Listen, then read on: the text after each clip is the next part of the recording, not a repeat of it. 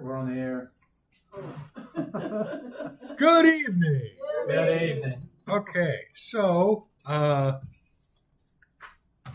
what happened was I ran out of time to do this. So I have had school and I have been ill, and I just did not have time to recap 67 chapters worth of stuff in like 2 days. So what we do have is Haggai, Obadiah, Nahum, Habakkuk, and Zephaniah completely recapped because, lucky me, I already did that in May of 23 when I came back for my second term. And then as far as the stuff that we've done since I've been back, we have Zechariah, Hosea, Joel, and Amos completely recapped. I didn't actually put the application for Amos, and I don't know why I did that, but basically those are completely done. And then all that would leave would be Jonah, Micah, and Malachi. And we can hit those next week very briefly before we start James. So, you don't have any fill in the blanks tonight. I gave you a little bit of a break. All right. So you're welcome. I know. Judy will be happy because she always misses at least one. That's right. And it is color-coded. I might be a little blurry because I printed this originally off of the printer upstairs, which is kind of terrible. And it blurred, especially on lines where there's color. And then I used that to do all of your copies on this printer. So if it's blurry on the colors, I apologize. I tried not to use yellow this time since that was very hard to read last time. So you're welcome for that. Thank you for that. But there's, let's see, 3 colors that correlate to when the books were written. And then there's 4 colors that are sort of tracing major themes throughout all of the minor prophets. So the first one that we come across from is purple. And you see that in Haggai. Haggai is the first book that we covered in May of 2022. So yeah, like I said last week, that was over 2 years ago, which is crazy. It does not seem like that long. It seems like that was probably like 6 months ago that we first covered that. And the purple means that the book, or at least, at the very least, I tried to phrase it all in a way that says the message was given or the ministry of this prophet happened at such and such time, because as always, there's certain books that we don't know if the prophet himself wrote it or if it was later compiled by like one of his disciples or something. But at the very least, right, the message was given post-exile. So we're dealing with a post-exilic prophet. And that is true of Haggai. It was given to the Jews who were living in Jerusalem after the return from exile in 520 BC. And by our reckoning, that would be like August to December. But, you know, they used a different calendar back then. So, you know, don't try to, you know, be aware of that when you encounter dates in the Old Testament.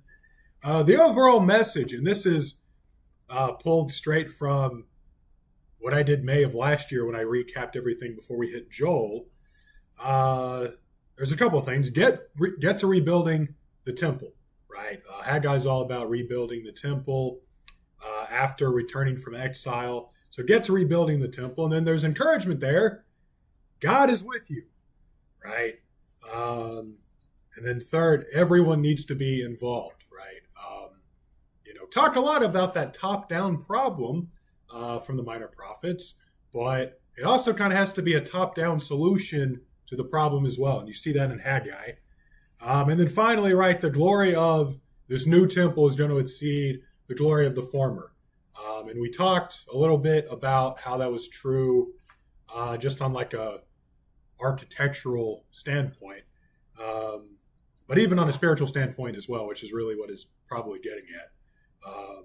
It was more impressive than what came before. So the application of all of that, again, from what we did last year, the temple of our lives, right? We're not exactly called to build, a third temple in Jerusalem, but the temple out of our lives is a spiritual objective that's accomplished by our cooperation with God's will, right? So the people of Israel, they had to be in cooperation with one another. They had to be in cooperation with the leaders. They had to be ultimately in cooperation with God. And it's the same with us, right? If we want to build a temple out of our lives, our lives are now the sacrifice, as Romans puts it. So, second book that we covered was Obadiah, right? If you remember, came in, Lester had his heart cath thing, and I had to fill in twice. So what book of the Bible had 2 chapters? Haggai. Then I had to fill in again, and there was no guarantee that I was going to fill in after that. So I'm like, okay, well, let's just do like something that's one and done. 1 chapter, Obadiah. Both of those are minor prophets. So after we did Haggai and Obadiah, I said, okay, I guess we're just going to stick here. And we covered all the books with 3 chapters. We hit Joel, and then we just kept going and then went back and hit Hosea. So second book we did was Obadiah, also May of 2022. The date in the audience, so this was given to the kingdom of Judah. So that's blue. So purple is writing post-exile. Obviously, we're talking Babylonian exile, right? Blue is writing to Judah, pre-exile.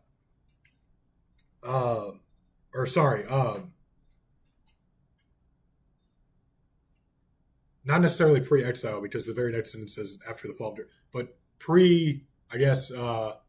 return from exile. Written specifically to the kingdom of Judah after the fall of Jerusalem, but before the fall of Edom. So the fall of Jerusalem was 587 BC. The fall of Edom is recorded in Malachi as having already happened. And whatever source I was using when we covered Obadiah said Malachi was written after 516 BC, which is true, although we dated it quite a bit after that. So that would give us a general date for the book of anywhere between 587 BC to 500 BC. The message of Obadiah condemns Edom. It's kind of weird because, when you think like biblical prophecy, you often think it relating to Israel or Judah. Either very encouraging, right? Oh, like God's gonna, you're suffering right now, but God's gonna like return you to your land, and God's gonna like return to you, and it'll be good and all, happy, smiley, or just like straight up judgment or condemnation, for 3 sins of Judah and for 4, blah, blah, blah. But with Obadiah and Nahum, right? Yes. Right. It's primarily talking about other nations, which is interesting. So it was given to the kingdom of Judah, general date 587 to 500. The message, Obadiah condemns Edom and prophesies their destruction. So if you remember, Edom had cheered on the destruction of Jerusalem, the destruction of Judah, and then they had also participated in that as well. And so there's sort of this escalating condemnation that God / Obadiah brings against Edom, where first, right, they watched the destruction, then they rejoiced over the destruction, then they started stealing, they started plundering, and then ultimately they were just killing people as they were trying to escape everything Babylon was doing. So God is going to punish the world for evil, right? There's sort of this very universal language that's used here. And then the house of Jacob shall be a fire. So like I said, there's 3 colors that coordinate to sort of when it was written or what the focus is there. And then there's 4 colors that trace major themes throughout the minor prophets. And the first one we come across is green. Green is the idea that true Israel is those who have faith in God, those who actually follow God, right? It's not just because you're born under, you're born of an Israelite or you necessarily participate in certain covenantal practices, but it's by faith. And oftentimes, right, we go to Romans and we read that and we think that this is something uniquely Paul's idea, right? But it's really not. And it's found all throughout the Old Testament, but especially in the minor prophets. It's a very prominent theme. So the application of this message, pride made Edom fall, right? Pride always comes before the fall, right? We all know that one. Sin begins with passivity or, passiveness, I guess. As you know, right, there's this escalating condemnation. So they watched, but they didn't say anything. They didn't do anything. They didn't try to stop it. Then they rejoiced over the destruction of Judah. Then they participated in the plundering and then ultimately participated in the killing, right? So in our lives, right, sort of applying this, right, I mean, sin often begins with passively being okay with something, even something in other people's lives, not even something that we're doing ourselves. And then oftentimes that can and will escalate into us doing those things or even us doing worse things. The day of the Lord is coming, right? Again, talking about this sort of universal language of God punishing the world for evil. This is still future even for us. And then again, with that green highlighted text, true Israel is based on faith, not on blood. And it's the same way today, right? Just because you're necessarily born into a Christian home, just because you go to church, just because you're even baptized or take communion or anything like that does not necessarily mean that you're a child of God, right? So Nahum, third book that we covered this one in June of 22. Date and audience. This was given to the kingdom of Judah in the 7th century BC. It references the destruction of Thebes. So after that happened, which was 663, but it prophesies the destruction of Nineveh. So before that happened in 612, so our general dating would be anywhere between 663 and 612 BC. The message from Nahum, Judah was a vassal state of Assyria, and Assyria's paganism had rubbed off on Judah. Really, I could have highlighted that as sort of a top-down problem, although, it sort of started with Assyria. Their paganism had rubbed off on Judah, and so Nineveh, which is the capital, or was the capital of Assyria, was going to be destroyed, right? That's sort of all what Nahum is about. There's this idea that God is both vengeance and wrath, but also he is slow to anger, it says. And so they're put together, but not necessarily in contrast with one another, or, it's not two separate things. They're sort of interlinked. It talks about there being endless gold in Nineveh that is plundered. And when we covered this, we talked about, right, the capital of Assyria moved from Nineveh to, I'm going to say, I don't know. I don't exactly have my history textbook in front of me. I believe that that's correct. Basically, right, Nineveh fell. Assyria wasn't completely done for. They moved the capital. But because there was so much wealth in Nineveh and it was all sort of centrally located there, when Nineveh was plundered, they didn't really have the means to, rebuild themselves, right? Just because they moved the capital to Haran or wherever it was.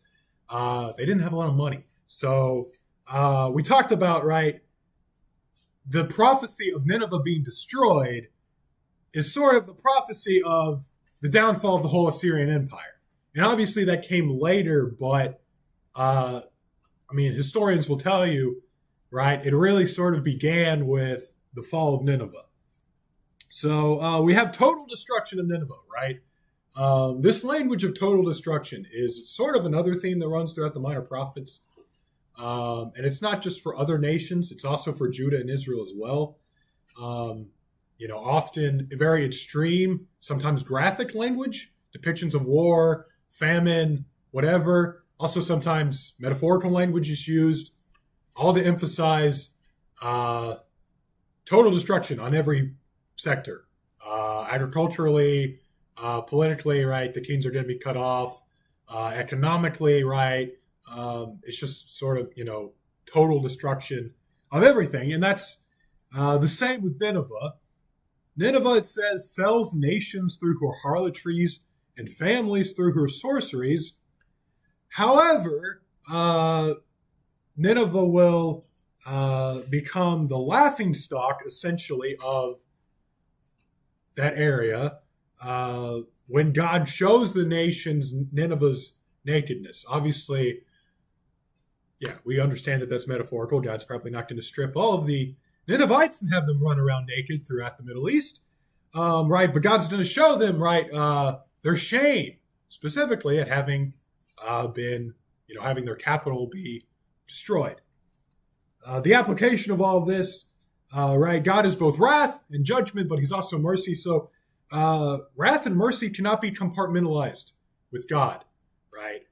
You can't really point to a part of the Bible and say, well, this is an aspect of God's wrath, and this is an aspect of God's judgment, and then to another part of the Bible and say, and this is an aspect of God's mercy, as if there's only wrath and judgment here and there's only mercy here, right? Certainly there are parts of the Bible that emphasize one of those parts more than the other, but where there's one, there's always the other.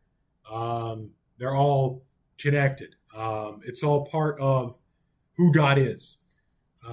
So this was written to the afflicted as an encouragement, right?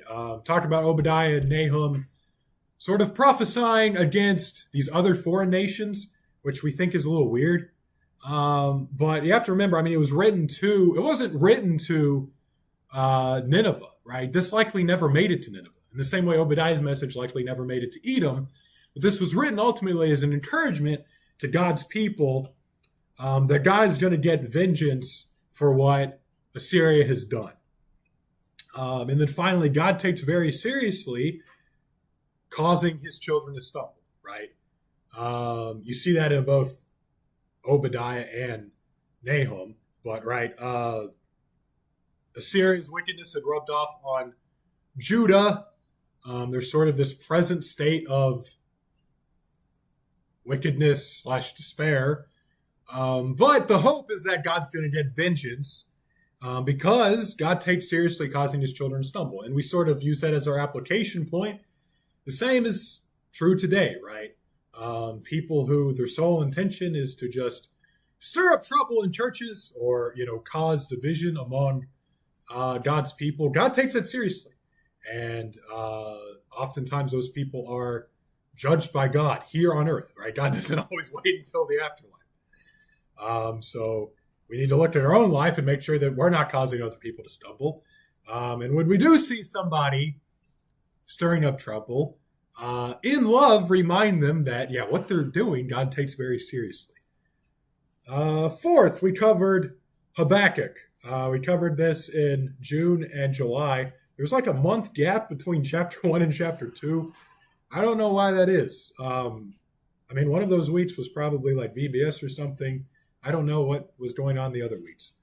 Date and audience. Given to the kingdom of Judah likely during the reign of Jehoiakim. We don't know that for sure. Giving a very narrow date, it would be after Jehoiakim was appointed king by Pharaoh Necho II, which happened in 609 BC, but before the Babylonians defeated the Egyptians at Carchemish of 605 BC. Now, this sort of unexpected, this language that, this destruction of the bands of Babylon was going to be unexpected, and as if no one could see it coming, is why most scholars place this as happening before Babylon defeated Egypt.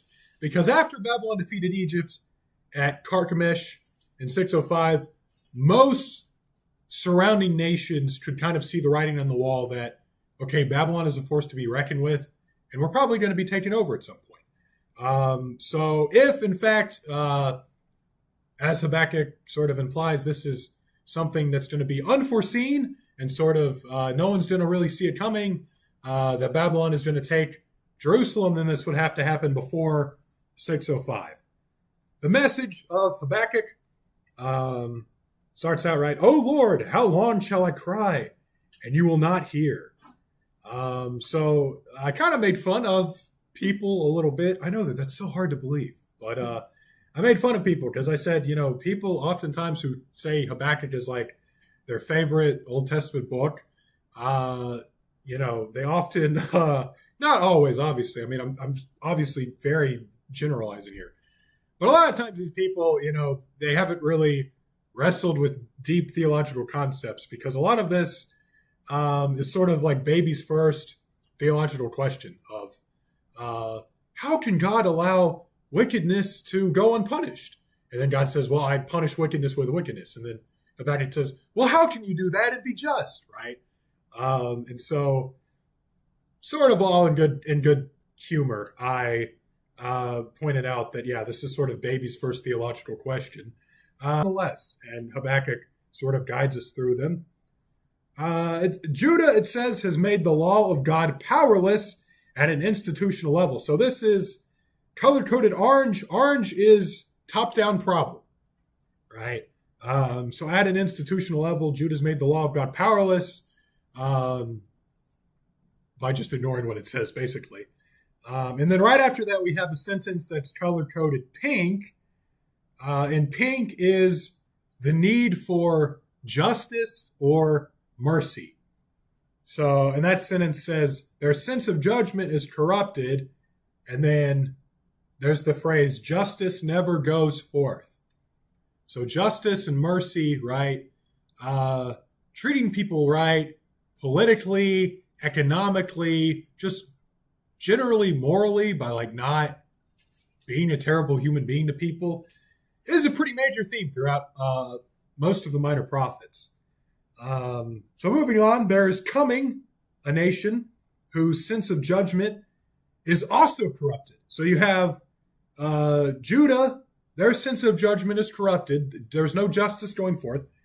Right? Habakkuk's asking, how can you let justice go unpunished? God says, I'm not.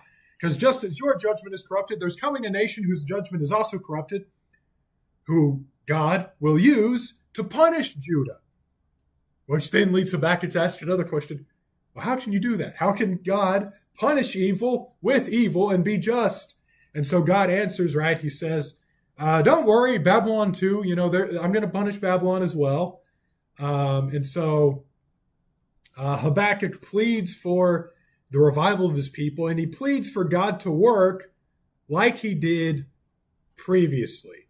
And one of the things here is that God previously used Judah to punish other nations for the salvation of his people. And so God is going to use Babylon to punish Judah, ultimately for the salvation of Judah. So very interesting comparison that's drawn there.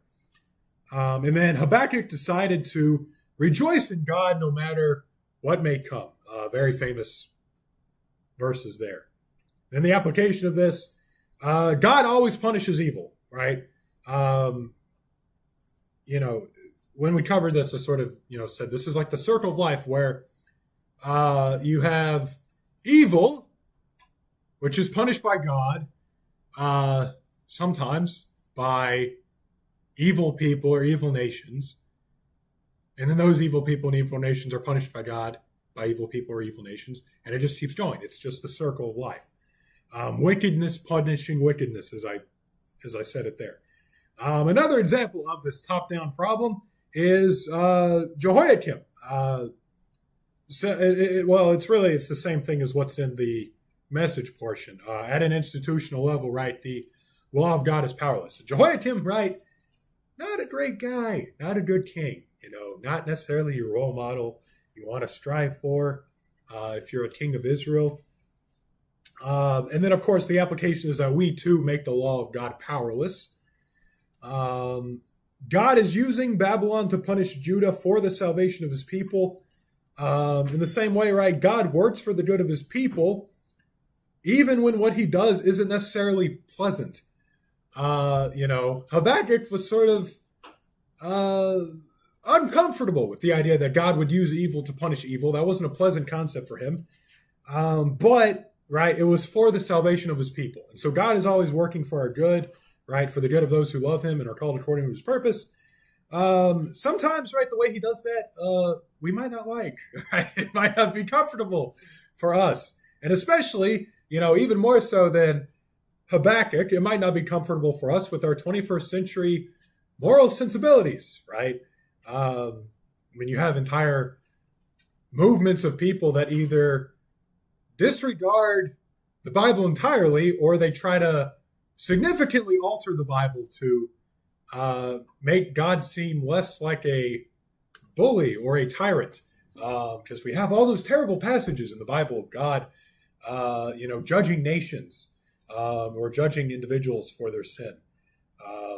But God is working for the good of his people. Sometimes it's not always pleasant for us, but it is always just, and it is always for our good. So moving on into Zephaniah. This was the last book that we covered during my first term here. And this was all in August of 22.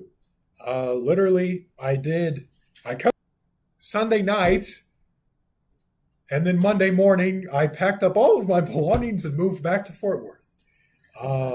So that was a crazy week.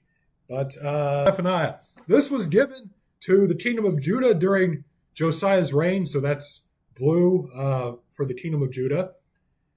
Josiah's reign began in 640 BC. However, this was likely given before reforms, which happened in 621. So anywhere from 640 to 628. Message. So you have this whole Day of the Lord concept, which is not exclusive to Zephaniah by any means, but is pretty prominent. Again, we have complete and total judgment, this time not for Nineveh, but for Judah, at the hands of their enemies because of their idolatry.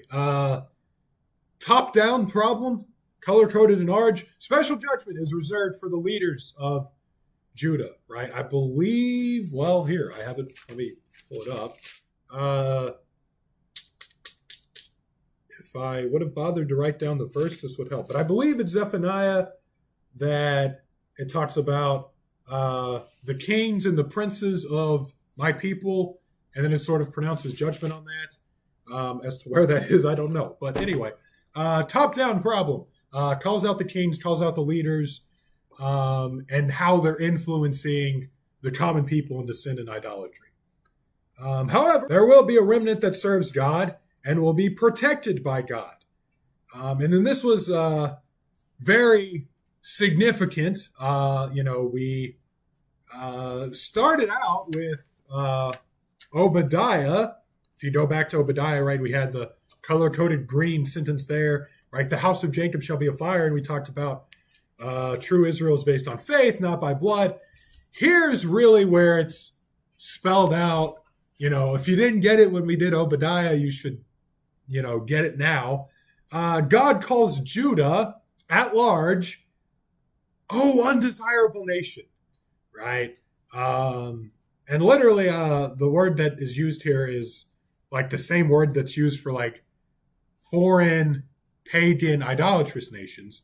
But the remnant that served him, he called my people, right? So again, just because you're an Israelite, just because you live in Israel or Judah, just because you maybe keep certain covenantal practices, does not mean you're entitled to the blessings of the covenant. It does not mean that you're actually, a child of God, I guess. sort of borrowing, I guess, New Testament language, although that is somewhat Old Testament language as well. The remnant is called God's people, and then God's going to destroy these other nations and their idolatry just as he will Judah. So just like in Habakkuk, right, God uses nations to punish Judah, but then he will punish those nations. Same theme found in Zephaniah. Complete and total judgment for Judah at the hands of their enemies, and then those nations God's going to destroy as well. The application of this: trusting in God alone can rescue you from judgment.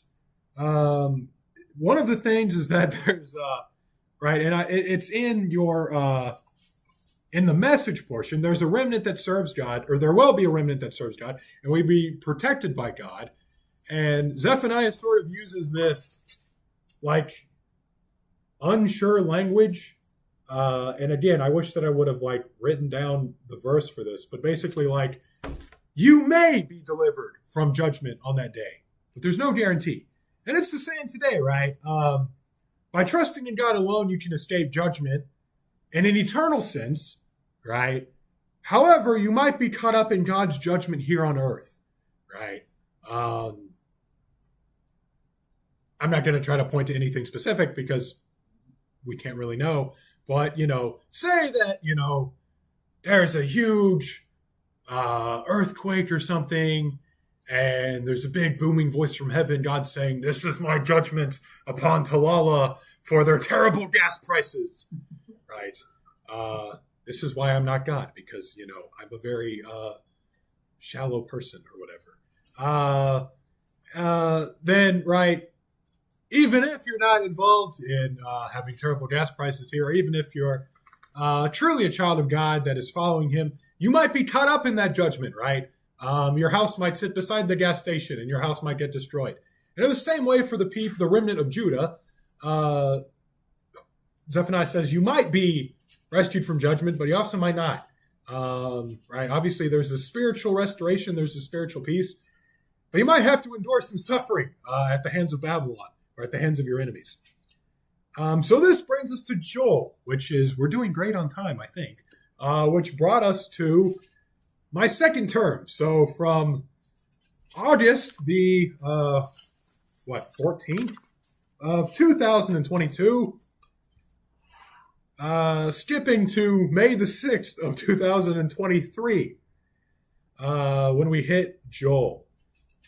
Joel was the last book remaining that had 3 chapters. So I said, okay, we're going to do Joel, and then we're just going to go like as it's laid out in the Bible. So like, Amos, and then skip to like Jonah, Micah, Zechariah. And when we hit Malachi, I said we were going to come back and hit Hosea, because that's the only book before Joel, and then we'd be done. And sure enough, that's what we did. So the date and the audience of Joel. If Joel's ministry is pre-exile, then these prophecies were given somewhere in the 7th century BC. So it talks about a siege of Jerusalem, and we said it was either before the 597 siege or the 597 siege or the 587 siege.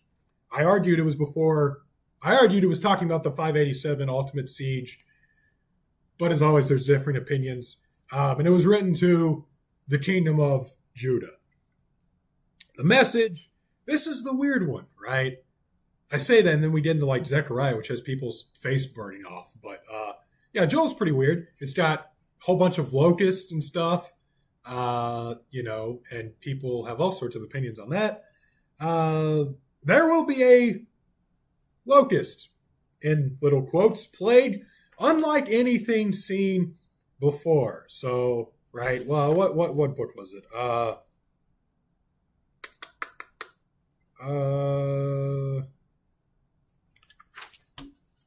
I don't know. Habakkuk, right? I said had to be before 605, likely before Babylon defeated Egypt, because no one was supposed to see Babylon coming when they destroyed Jerusalem. In the same way, right, if this locust plague is truly, as Joel describes, unlike anything that anyone's seen before, that it's probably not talking about a physical locust plague, because those were quite common. It was probably talking about, right, the destruction by Babylon.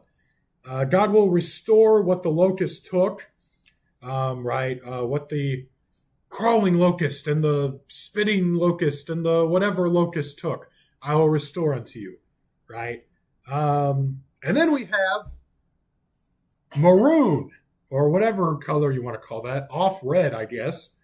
And this is pointing ultimately to the Messianic age, right? Obviously, in context, it's not, but final fulfillment, fuller fulfillment, however you want to say that, in the Messianic age. That's what that maroon color is. God's Spirit is going to be poured out. And obviously, I mean, that happened at Pentecost, right?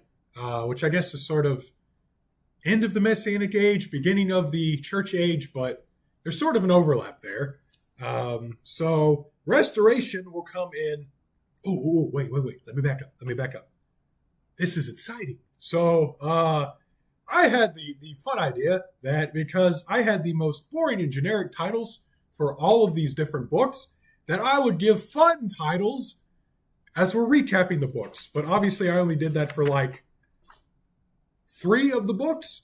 So next week, I promise, the rest of the books I will have fun and creative titles that you get to read. So I called this the prophetic timeline of Joel. The prophetic timelines of Joel. We're working with about 3 different timelines here. There's sort of the immediate timeline, or sort of a very soon judgment. There's an apostolic timeline, right? The Spirit of God being poured. Timeline.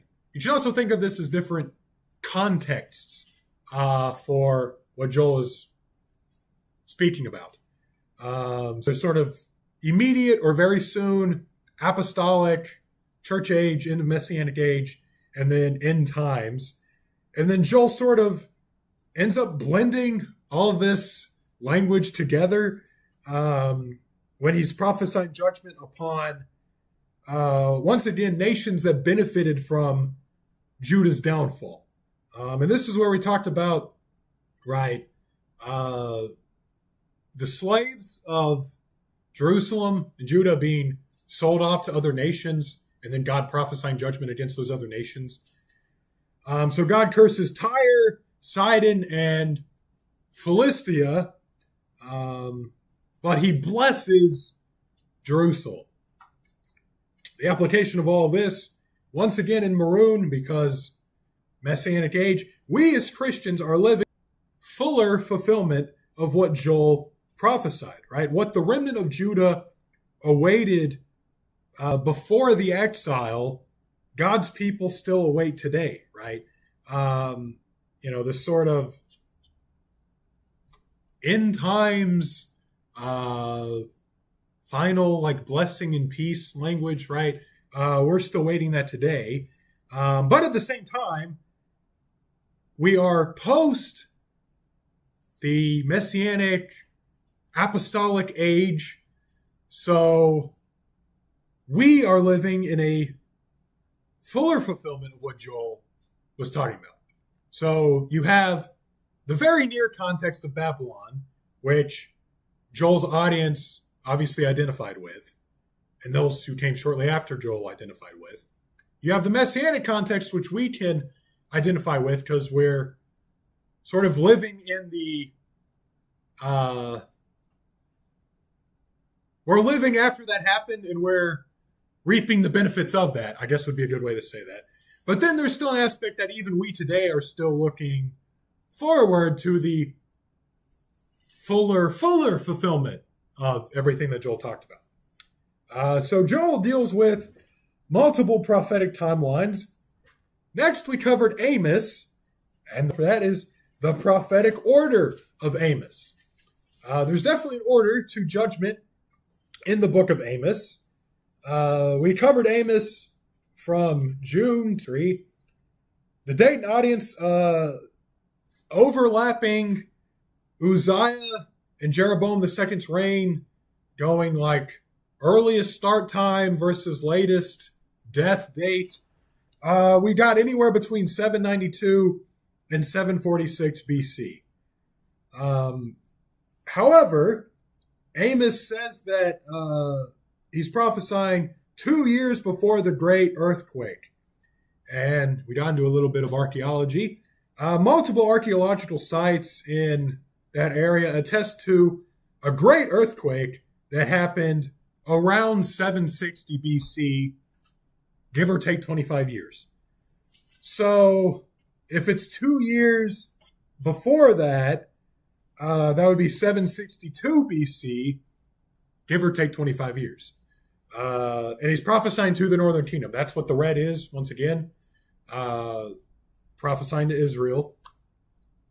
The message, Amos is from the south, but he prophesies against the north, right? If you remember, when Amos is sort of giving a defense of himself, I guess you could call it, he's like, man, I'm just a fig man from the south, coming up here to prophesy.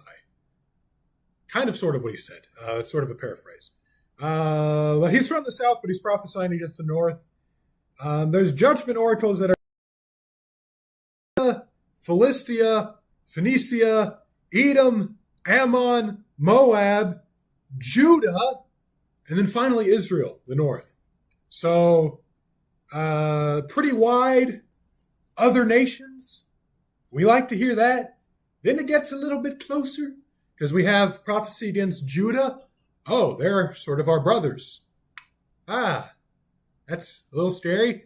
Then it just gets straight to the point. For 3 transgressions and 4 of Israel, So it's sort of this tightening net of judgment. And this is the prophetic order of Amos. For 3 transgressions of blank and for 4, I will do this. There's the listing of specific transgressions, and then there's promised destruction of a specific place within the country or area that's being judged. So sort of that initial saying, that initial phrase for 3 transgressions and for 4, then it's, okay, here's exactly what you did. And then because of what you did, I'm going to burn the gates of your capital city or whatever. Specific place prophesied judgment against. There's this idea of the Virgin of Israel has fallen. This was a pretty significant verse that I referenced quite a bit in our study. Right? God sort of, revoking the covenant because of all of the transgressions, continual transgressions. However, for the faithful remnant, right, they are promised life. Not necessarily physical life like we talked about with Zephaniah, but spiritual life. We're back to pink, which once again is the need for justice or mercy. There's legal corruption that is pointed out here. The dishonest judges and whatnot. Amos, in response to this, he calls for the establishment of justice, right? And God says he despises Israel's offerings because there is no justice. So that's all highlighted in pink there. God will deliver up the city. Right, talking about Samaria. Then Amos, pulling a little bit of a Joel here, he has a vision of locust, a vision of fire, a visions of a plumb line. And after these visions, this is where we get into a little bit of a narrative portion of Amos. This guy named Amaziah brings charges against Amos for prophesying the downfall of Israel. And in response to this, Amos, he just prophesies the downfall of Israel again, right? And this is also where Amos gives like the best comeback that I've ever heard in my life. If you're ever in a rap battle with someone and you want to really roast them, all you gotta say is, hold on.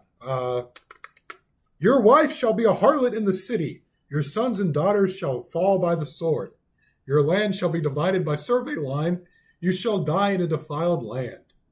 And then once again, Israel shall surely be led away captive. So yeah, he's basically brought on trial for prophesying the downfall of Israel / Samaria. His response is, hey man, I'm just a humble sheep breeder and a tender of sycamore fruit from the south. And by the way, your wife's going to be a harlot, and your sons are going to die. And once more, just to sort of rub it in, Israel / Samaria. So the thing that got him in trouble, he just says it once again. You gotta love the guy. So back to Pink, the need for justice or mercy. In addition to calling out political injustice, he also calls out economic disjustice or dishonesty. Legal, I guess is the word I was looking for. Legal corruption, but also economic corruption or dishonesty.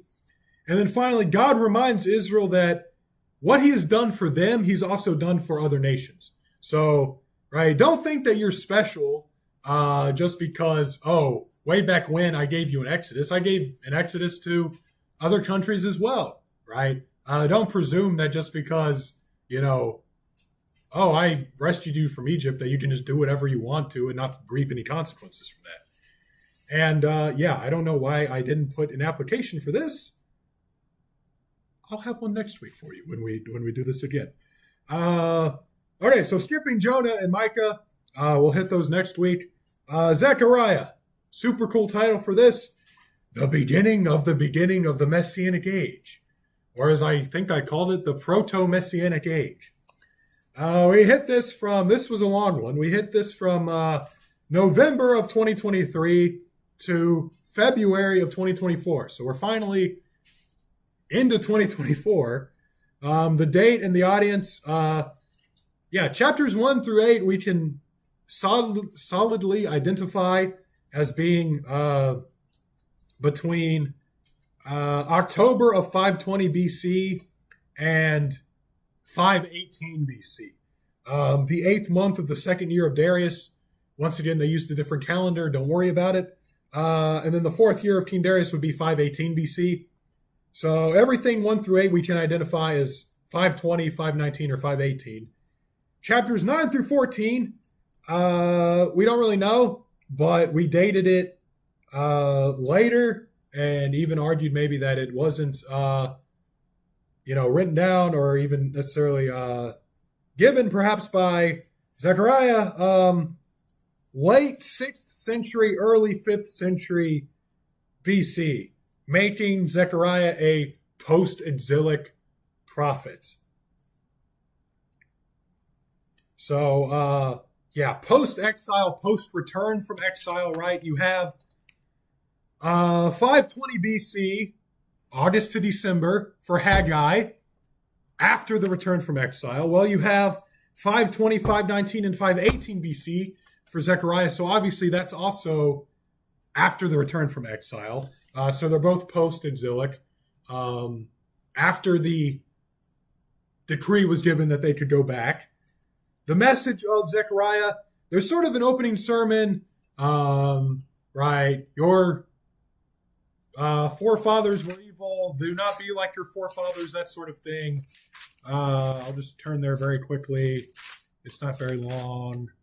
The Lord has been very angry with your fathers. Verse 2. Verse 4, do not be like your fathers. Right? They didn't take that message to heart, obviously. But it's a great message nonetheless. So there's that opening sermon, and then after that we have the 8 visions. So very quickly rattling off what the vision sort of entailed, and then I guess sort of what the meaning or emphasis or significance of that is. So yeah, first one is the vision of the horses. That was encouragement, right? God will again choose. We like to hear that one. There's second vision of the horns. This is also sort of encouragement. This is a reversal of the current struggle. The nations that afflicted Judah will be cast out, right? We like to hear that. Third, we have the measuring line. This is an affirmation of Zechariah's ministry. And you see this actually through at least two of the visions, if not three. Sort of either their primary purpose or sort of a secondary purpose is Zechariah saying, hey, when this happened, you're going to know that I was telling you the truth, and affirming his ministry. Fourth, you have the vision of the high priest. And this is color-coded in maroon because this is, again, right, the proto-Messianic age, the beginning of the Messianic age. There's an overlap with the end of the Old Testament, the end of that, and the beginning of the New Testament or the Messianic age. Where does it start? Nobody really knows. But, right, Joshua is purified, and there's the reinstitution of the priesthood, which is sort of paving the way for Jesus. What are we on? 5? Wait, what?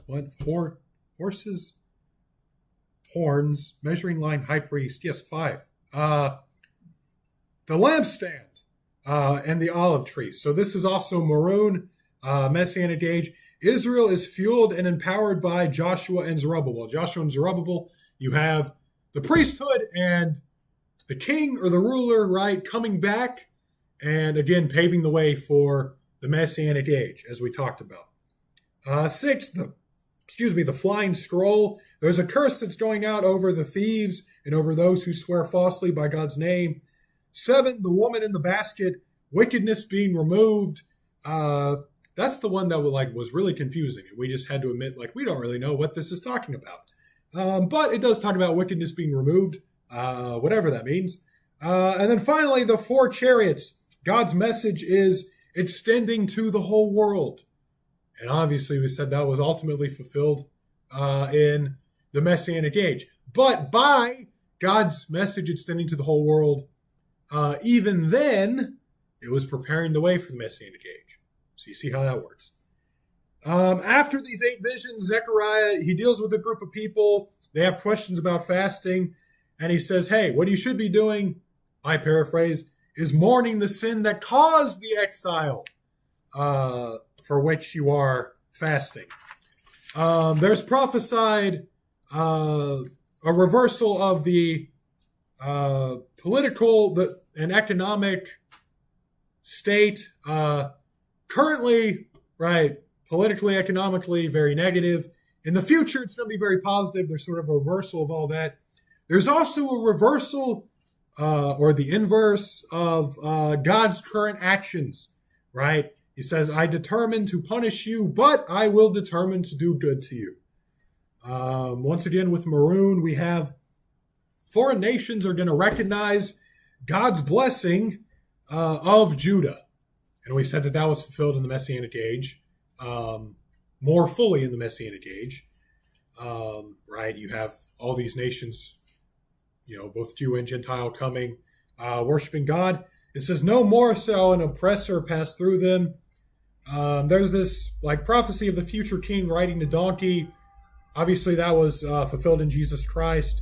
And we even gave the benefit of the doubt to the Jewish interpreters. And we sort of went through their line of, goodness gracious, that train has left. We went through their line of reasoning as to why that is not referring to Jesus. And hopefully, anyway, we all came away agreeing that, no, actually, they're wrong. And it is referring to Jesus. And so that was a good time. It says, I will also bring them back from the land of Egypt. And this was talking about all people, Jew and Gentile. Again, Messianic age, church age, final fulfillment. God revoked his protection over Jerusalem. This is the 2 staves, right? When Zechariah has a sort of living sermon illustration thing where he's a shepherd. Breaking the staff, revoking the protection over Judah, and then breaking the staff of the bonds between the north and the south.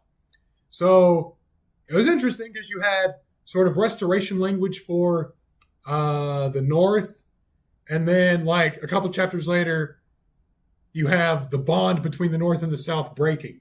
You had reunification language of the north and the south, and then a couple chapters later, you had the bond between the North and the South breaking. So that tells us we can't really interpret the reunification stuff too literally. God revokes his protection over Judah and the bonds between the North and South. And then all of this is, we talked about sort of 720 BC or like shortly after 720 BC. Jerusalem is going to be under siege. They're going to be mourning for the one that they pierced.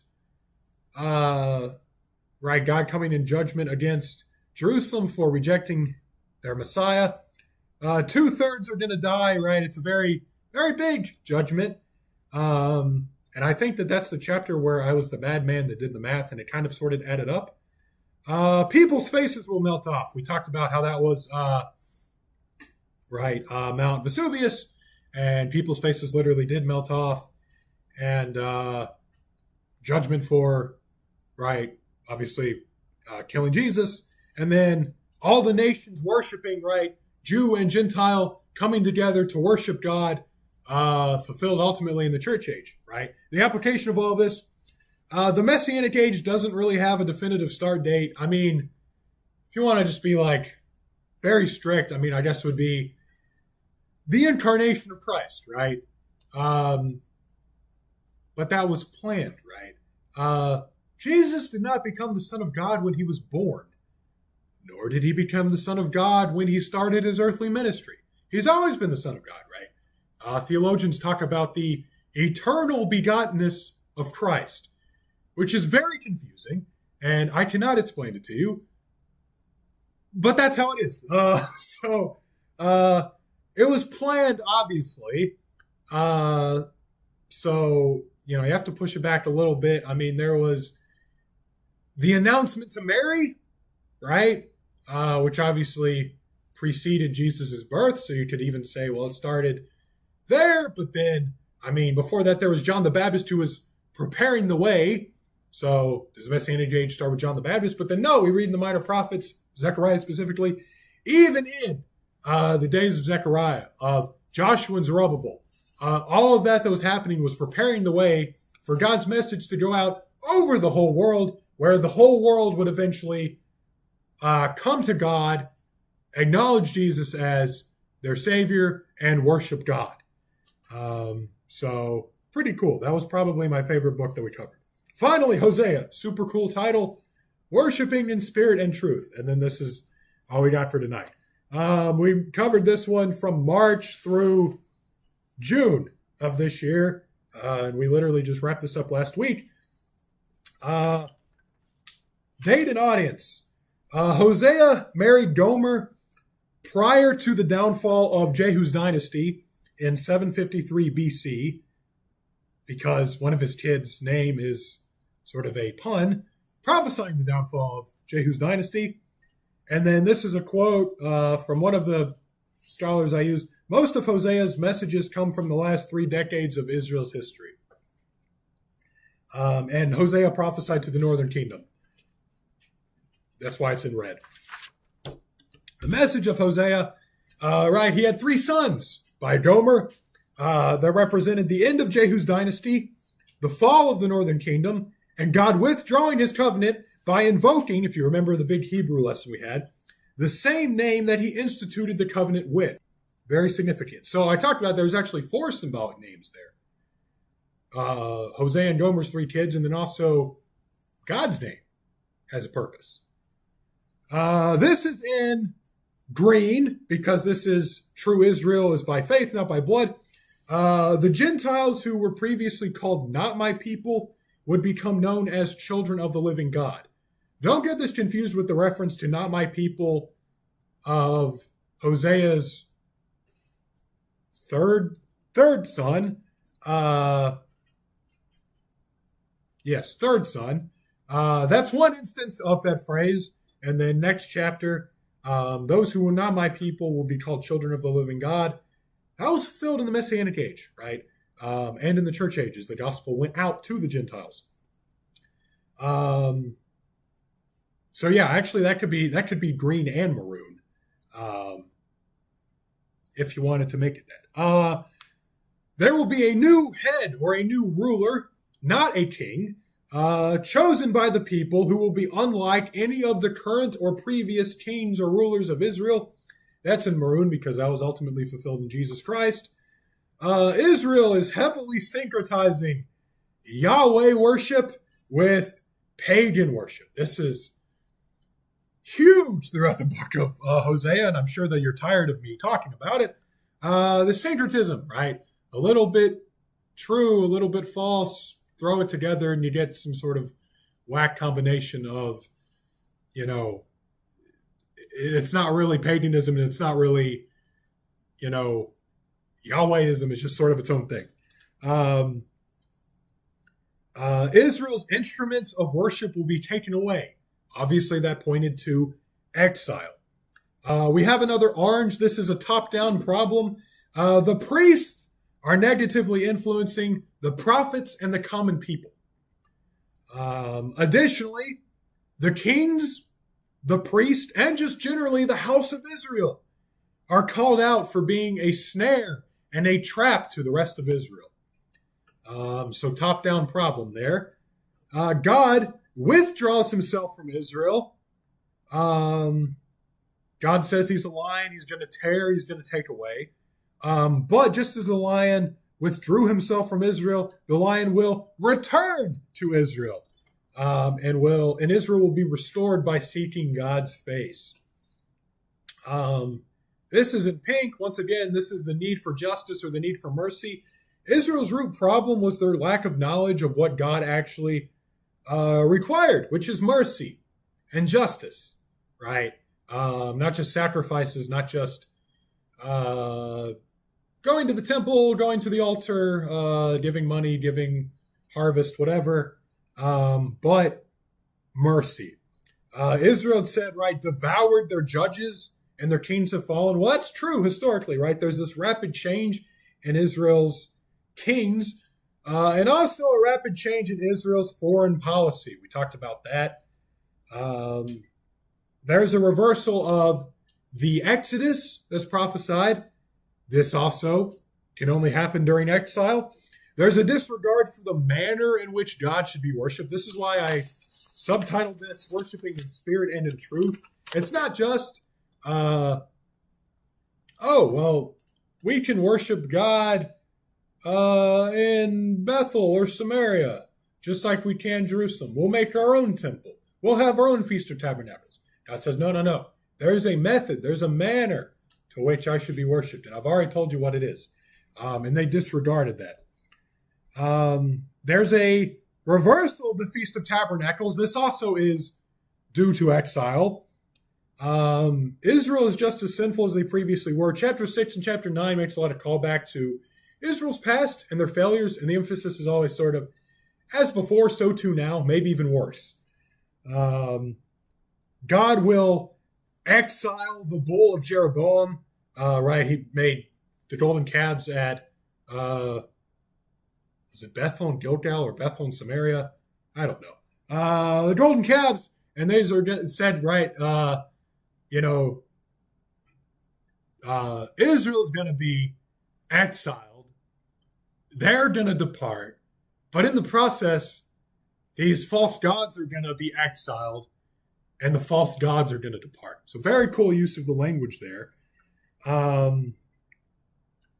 Neither Israel's gods nor their kings could save them from exile, and they were relying on both. We talked about they will literally rely on absolutely anything, anyone, except for God, right? I'll call out to Assyria. I'll call out to Egypt. I'll call out to whoever, except for God, right? But, we do the same thing sometimes. Out of Egypt, I called my son. This is in maroon because that's a reference to, it was ultimately fulfilled in Jesus Christ. His son shall come trembling from the west, the Gentiles coming to know Jesus. There is a reversal of the conquest of Canaan. That also could only happen in exile. There's this cycle of transgression bringing about bloodshed and death, bringing about more transgression, bringing about more bloodshed and death. The cycle is broken by a possible resurrection. And we saw that in both Hosea and in Paul's usage of Hosea. There's transgression, bringing death, bringing possible resurrection for the remnant. It says, Israel will no longer rely on foreign powers or foreign gods, but will dwell under God's shadow. So there's a happy ending for the remnant, at least. The application of Hosea was, don't syncretize true worship with false worship, right? And we talked about ways that people do that sometimes. Second, the manner and the method of worship is just as important as the actual act of worship itself. Obviously, Jesus was asked the question, will you Jews say that you should worship in Jerusalem, but my granddaddy tells me we need to worship in Samaria, so which is? And Jesus says, hey, a time is coming and now is where God is worshipped in spirit and in truth. And so, yeah, we're not exactly, if you worship in Talala as opposed to Claremore Ulaga, you're not syncretizing, you're not disobeying God. But there are ways in which, right, sometimes as Christians we can disregard the mode or the method of worshiping God, right? There is an order that is supposed to occur in worship. And so if you're just like, pedal to the metal, baby, we're bringing in, skydivers, and they're gonna, parachute into our church auditorium, and we're gonna have the Dallas Cowboy cheerleaders sing "How Great Thou Art." You're probably disregarding the method of worship. That's obviously an extreme example, but you can draw comparisons to modern times on your own. Finally, God can revoke the good things that he gives, right? The reversal of the Exodus, the reversal of the conquest, right? The reversal of whatever agricultural, economic, political blessings that God has given. God can take those away, right? So don't presume upon that. Okay, we only went 13 minutes over, so maybe it's a blessing in disguise that I didn't get to finish all of this. Mm-hmm. Next week, I'm gonna. So if you want to, you can just throw this away, disregard this. It will have everything that we did tonight, so all of this will be the same, and then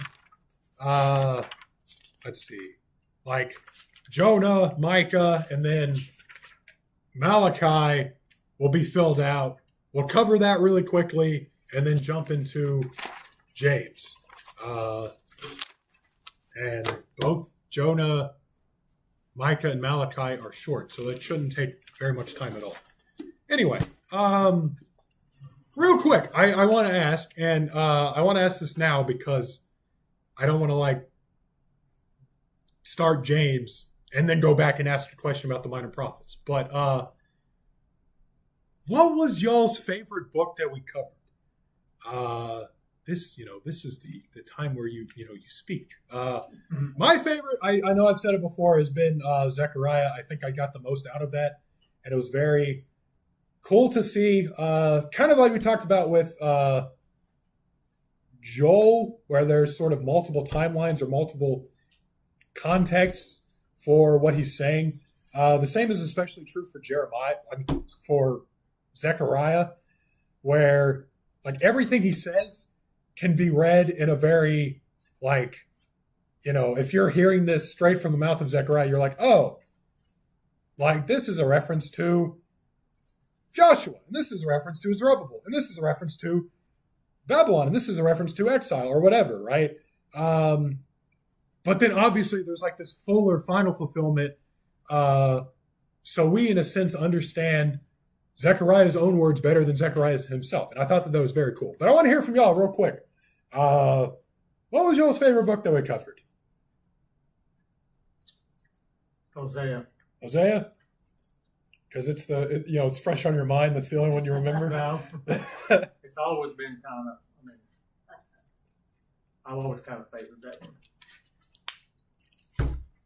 Hosea is fun because, everyone knows the narrative portion of Hosea in the first 3 chapters but then there's like a whole 11 other chapters that no one ever talks about. So I enjoyed getting into the later stuff because you don't often hear sermons about that part of Hosea. So I thought that it was cool to dig into that. I think my favorite was Hosea also. We just recently did a Bible study on Hosea. So between you and the Bible study, I understood it a lot more. Nice. Okay, everyone's just going to say Hosea. Nice. All right. All right, I will hand it over to Lester then for the prayer time. Good evening. Good evening. We have our usual group plus a bottle of jumbo-sized ketchup joining us this evening. Yes. This is for my baked beans for Sunday. What kind of baked beans use ketchup? Oh, Yeah. delicious. Oh, yeah. His recipe. You put a little bit in there. Okay, anyway, we're gonna get sidetracked again by talking about Grandma's baked beans recipes. So this is July the 3rd, Yes. but let's just pretend like it was whatever a week ago from today was. Nothing has changed. We're still right back in June. Same thing. Finishing up our minor prophet recap. So everyone should have 2 handouts. There should be this. It does have July 3rd on it, and then in parentheses it has version 2.0. So you know if you got the right one or not. And then also, we are covering a whopping 1 verse from the book of James, which means that the way that this is going to have to go, if I want to finish this, is I'm going to have to steal another Sunday night from Lester. We'll see. Mutiny on the bounty. I'll just take it by force. We'll see. So I put the color code for you, so I don't have to repeat that every time this time. For whatever reason, the certificate for the printer is expired, and so that's why I have not been able to print to it. I wasn't able to print last week or this week, so I had to print this off of Kathy's little tiny computer.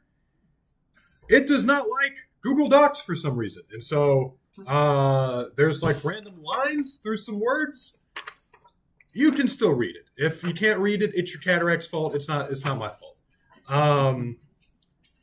And then, James, our handout, also has some lines through it, but not as much. And I don't know why that is other than, I thought, it's because, I printed this as a PDF.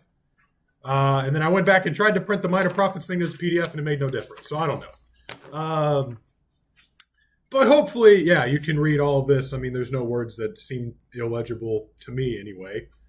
I did come up with the super cool titles for all of the books. Some are more super cool than others.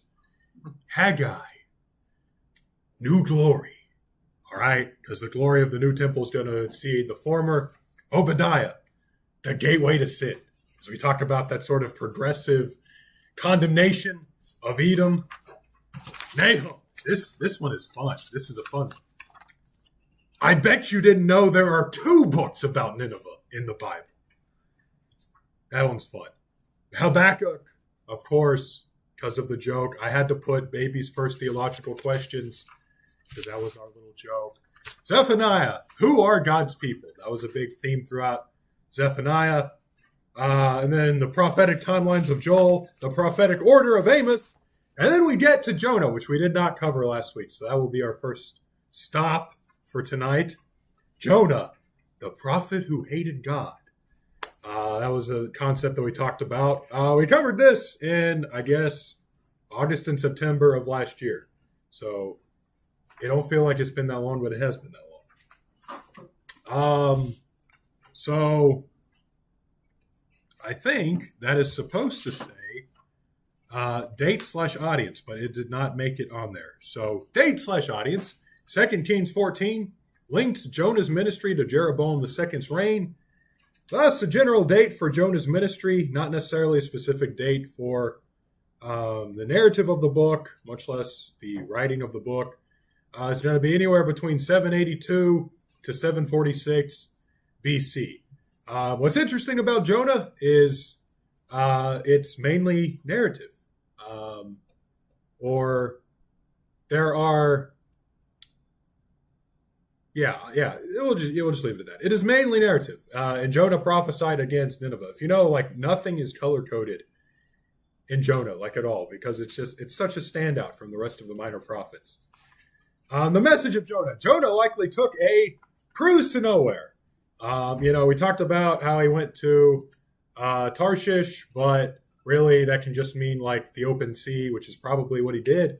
The destination didn't really matter so long as he was unable to fulfill his prophetic duties in Nineveh, right? Oh, well, I'm in Tarshish. That's a place. Cool. If that's just cruising in the sea, that's cool. Point is, I'm away from Nineveh, so I don't have to prophesy to these people. The pagan mariners who were aboard the ship that Jonah was on are actively trying to prevent what they know is a supernatural storm, right? They're praying to their gods.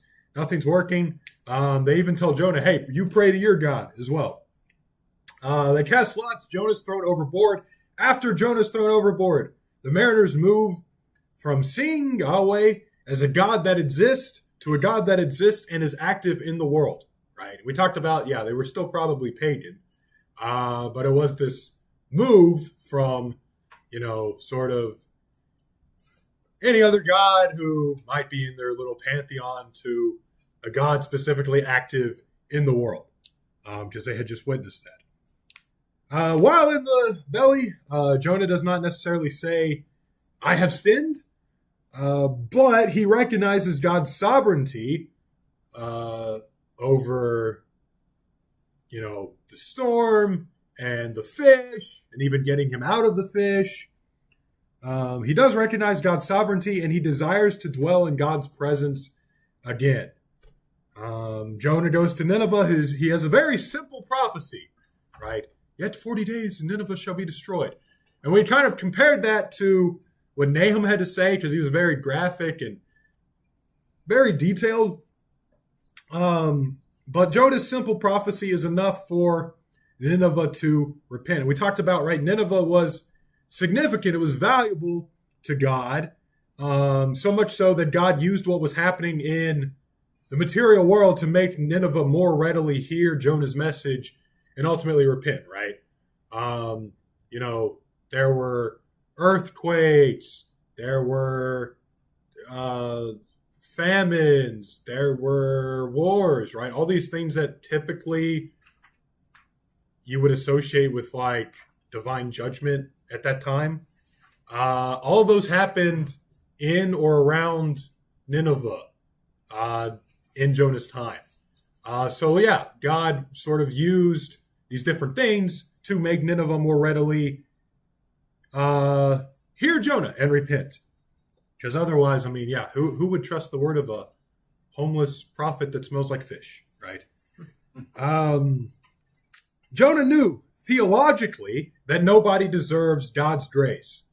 And here's the real kicker. He just didn't want Nineveh to have any of it, right? He ultimately hated the attributes of God. Jonah would rather die than live in a world where God's grace is going to Nineveh, is extending out beyond Israel. So God grants, at least in part, Jonah's death wish with the worm and the plant. And that's it. We don't really know what happened to the guy after that. Kind of sad. Application of the message of Jonah. God's mission was not Jonah's mission, right? It's not that Jonah wasn't willing to go to Nineveh at all. It's just that what he wanted to do is not what God wanted to do. If he had some choice words to say to Nineveh, if he was allowed to do that, I'm sure that he would. But that was not God's plan. So we need to make sure, right, that we're not disgusted by God's character like Jonah was, right? Because if you are, then you might need to seriously reevaluate your relationship with God at that point. Moving on to Micah. Covered this in September and October and the first day of November of last year. Date/audience. Giving the broadest date range for the three kings listed in verse 1, we can date Micah's ministry anywhere between 751 and 686 BC. Most scholars, however, will narrow that date to anywhere between 735 to 700 BC, and Micah prophesied to the kingdom of Judah. The message of Micah, the people of Judah have listened to and followed the leaders of both capital cities, Samaria and Jerusalem. So you see top-down problem there. That's why it's in orange. Micah balances... Cool title. The prophetic balance of Micah. We have the prophetic order of Joel. The prophetic timelines of Joel, the prophetic order of Amos, and now the prophetic balance of Micah. So Micah balances calling out both Judah and Samaria, even though he's prophesying to the southern kingdom. He balances near events, like the 701 BC siege of Jerusalem, and events that are more far off, the 587 BC fall of Jerusalem. People plan to harm others, but God plans to send trouble, right? Another key theme that we could have added if I really wanted to was God flipping the tables, so to speak. So often throughout the minor prophets, right? Man makes plans and God laughs, basically. Flipping the tables. So people plan to harm others, but God plans to send trouble. Micah, we talked about it's a little bit like a bad 80s movie. There's sort of a rival prophetic gang, and Micah has to sort of dismantle their credibility, so to speak, by showing them to be dishonest people and ultimately having no real knowledge of God's ways. Because these are people who are like, surely God wouldn't punish Jerusalem. Surely God wouldn't do anything bad to us. And Micah says, okay, well, one, you're being, you're dishonest. And two, you really don't understand how God operates or what God requires if you actually believe that. Then God goes on the offensive. God attacks this rival prophetic gang's loyalty. It lies with people, right? A very loose translation, I will clarify, but a translation nonetheless, actually calls these people the people's prophets, which I think is very fitting. Micah condemns the corrupt judges. So again, we see the need for justice in the political sphere. Micah's concern for justice is one of the ways he actually differentiates himself from his rival prophets, right? I am concerned with justice. I am full of the Spirit, those sorts of things. There are 4 pericopes. We had a big laugh about that word in chapter 4, in which there is once again a very near fulfillment, the 701 BC siege of Jerusalem. The faithful remnant, right? Through all of that, the present evil that Micah and his audience live in. So that's all the very near fulfillment. But there's also the far off fulfillment. Jesus Christ is exalted. Jesus Christ reigns. Jesus Christ took our punishment, and Jesus Christ gathers all nations to himself. So again, we see sort of proto-messianic age here, just like in Zechariah. Even the clear messianic prophecy of chapter 5 that we do have is balanced with a warning for Judah, right? Sort of loss of their king, loss of ruling in Jerusalem. So what God wants ultimately is justice and mercy. That's Micah 6:8, the famous throw pillow verse from the book. At the end of the book, in chapter 7, verses 18 through 20, Micah once again presents a balance that is relevant for his original audience and those who came after. And I actually wanted to read that. Micah 7, 18 through 20. Who is a God like you who pardons sin and forgives the transgression of the remnant of his inheritance? Pardoning sin. Does that sound like something that Jesus does? Yes. Please nod your head. You do not stay angry forever, but delight to show mercy. You will again have compassion on us. Does that sound like Jesus? Yes. You will tread our sins underfoot and hurl all our iniquities into the depths of the sea. Again, as far as the east is from the west, hurling our iniquities into the sea. You will be faithful to Jacob and show love to Abraham as you pledge an oath to our ancestors days long ago. So again, balancing that sort of immediate context versus we got Bill speaking in tongues over there. Okay. You got like the Bible in German or something that's playing on your phone? Okay. Immediate context and then the far-off messianic context. The application of all this, of course, if you have to pick one, here we go. What God desires is that internal act of worship, right? Justice, mercy, walk humbly with your God. As believers in Christ, nobody should be more concerned about social justice than we are, right? We have a bad knee-jerk reaction to that. As a concept in and of itself, we really shouldn't, right? We should be concerned with political injustice, economic injustice, right? The hungry, the orphaned, the widow, the poor, the sick, the imprisoned, right? These are the people that we should be caring about, right? I mean, these are the people that Jesus spent his time ministering to, and it should be no different for us, right? And ultimately, right, just as Micah, his focus, his love of justice, separated himself from his rival gang, so to speak. What separates us from false prophets, or what separates us from, false believers, should be our love of justice as well, right? And ultimately, our present reality that we live in now as believers in Jesus Christ is better than than Micah's present reality.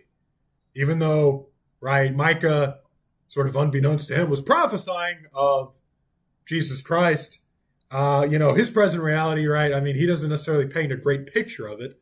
So our present reality, right, is the fulfillment of what Micah had hoped for. That leads us to Malachi. Another fun subtitle for this one, Malachi. I'm surprised I didn't get fired for this one. Because we talked about divorce, we talked about tithing, we talked about a lot of controversial stuff in Malachi. We covered this one February and March of this year. Date/audience.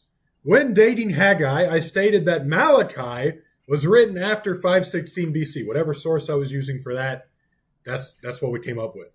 And then specifically how we dated it when we covered Malachi. Well, the Edomite relocation to Judah and the Nabatean occupation of Edom occurred between the early 6th and late 4th centuries BC. And Malachi was written after these events. Further, Malachi has similarities to Nehemiah, 5th century BC, but also to the later Psalms and wisdom literature of the early 4th century BC. So with all that in mind, when was it written? We don't really know. But he was a post-exilic prophet, along with, who is it? Zechariah and Haggai. The message of Malachi. Malachi is comprised of 6 disputes or 6 debates. First one's all about God's love, right? Israel I have loved, but Esau I have hated. Or Jacob I have loved, Esau I have hated. So you have the Edom versus Judah thing going on. Second is all about the priesthood, and it's not Edom versus Judah, it's Levi, the original priest, versus the state of the current priests. Not a good look for the current priests, right? Third one was all about Judah marrying foreign women. That's where we got into the whole divorce thing. Fourth is all about justice. Fifth is we have another sort of comparison, right? So you have first dispute, Edom and Judah. Second, you have Levi and then the current priests. And then 5, you have God has not changed from his perfection. And then contrasting that with Judah has not changed from their imperfection. And then 6th, it's again another comparison. What awaits the righteous versus what awaits the unrighteous. And then Malachi ends with 2 appendices. First one is instructing Judah to remember the law, and the second is a warning to Judah. The application of all this, don't presume upon God's choosing, right? I really did. I thought about coloring this, let me see, green for the whole, true Israel is not by blood motif, because really, you can put it there too in the first dispute. Don't presume that just because, Esau I have hated, but Judah I have loved, right? Don't presume upon that and just live however you want to, right? Dispute 2, honor is required by God, right? Self-explanatory. Don't need to explain that one. Dispute 3, don't become complicit with sin in an attempt to remove other sin.